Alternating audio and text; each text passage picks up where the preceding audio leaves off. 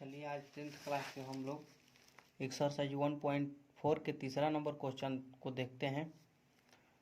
तीसरा number question कहता है कुछ वास्तविक संख्याओं के दशमलव प्रसार नीचे दिए गए हैं। देखिए कुछ वास्तविक संख्या का दशमलव प्रसार नीचे दिया हुआ है। प्रत्येक स्थिति के लिए निर्धारित कीजिए कि यह संख्या परिमेय संख्या है या नहीं।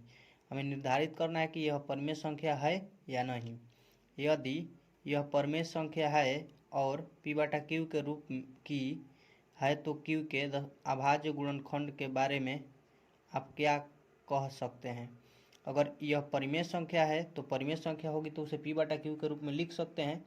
तो उसके q के बारे में हमें बताना है कि q के बारे में। तो हम लोग देखिए चलिए देखते हैं। तो देखिए सत्य अशांत और अशांत दो होता है। अगर शांत दशमलव प्रसार रहता है तो वह परिमेय संख्या होता है। आज देखिए हम लोग देख लेते हैं शांत और अशांत क्या होता है। देखिए शांत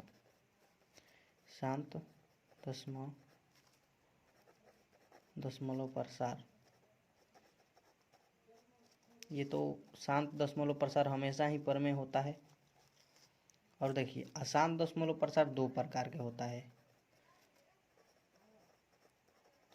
दशमलव प्रसार दो प्रकार के होता है। देखिए एक अशांत आवर्ती होता है, एक अशांत आवर्ती होता है। अशांत प्रसार एक सिर्फ अशांत दशमलव प्रसार होता है।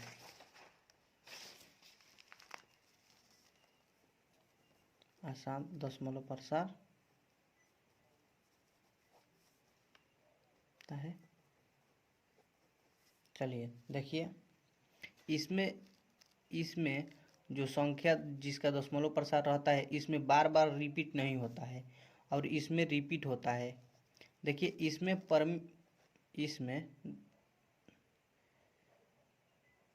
परमेय होता है, इसमें भी परमेय होता है, इसमें अपरमेय होता है।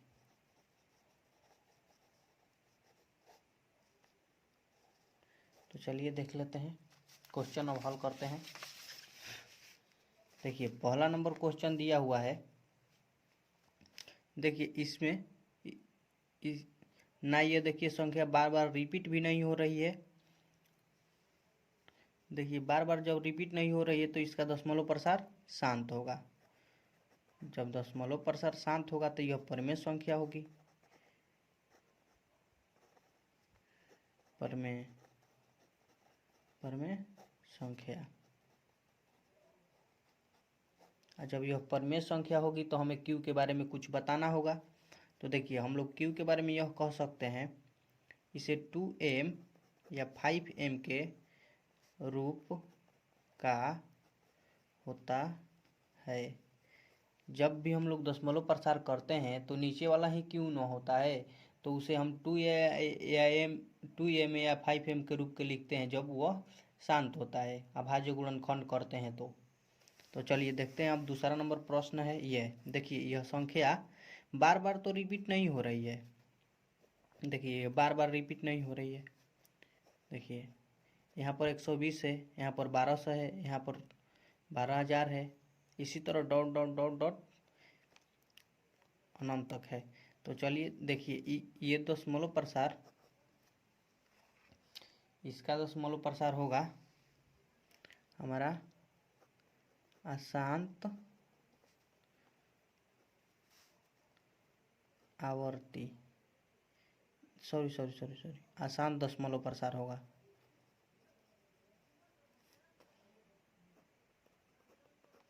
दशमलव प्रसार होगा। जब अशांत होगा तो ये तो अपरिमेय संख्या होगी तो हम लोग लिख देंगे यह अपरिमेय संख्या है, परिमेय संख्या है। तो इसके क्यू के बारे में हमें कुछ नहीं बताना है, जो परिमेय है उसके क्यू के बारे में हमें बताना है। चलिए तीसरा नंबर प्रश्न को हम लोग देखते हैं। तीसरा नंबर प्रश्न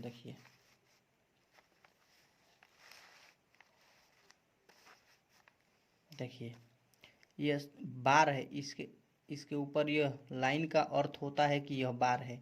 यह संख्या इसे हम लोग लिखेंगे, देखिए 43.123456789। ये यहाँ पर 5 छूट गया है, 5। अब फिर हम लोग लिखेंगे 123456789। इसी तरह बार बार डॉट डॉट डॉट डॉट लिखा जाएगा।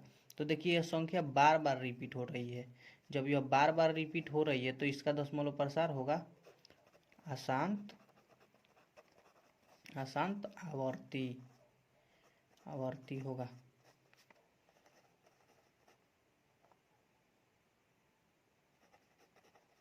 अशांत आवर्ती दशमलव प्रसार। जब यह अशांत आवर्ती होगा तो ये तो परिमेय संख्या होगी, और जब परिमेय संख्या होगी तो इसके क्यू के बारे में हमें कुछ बताना है।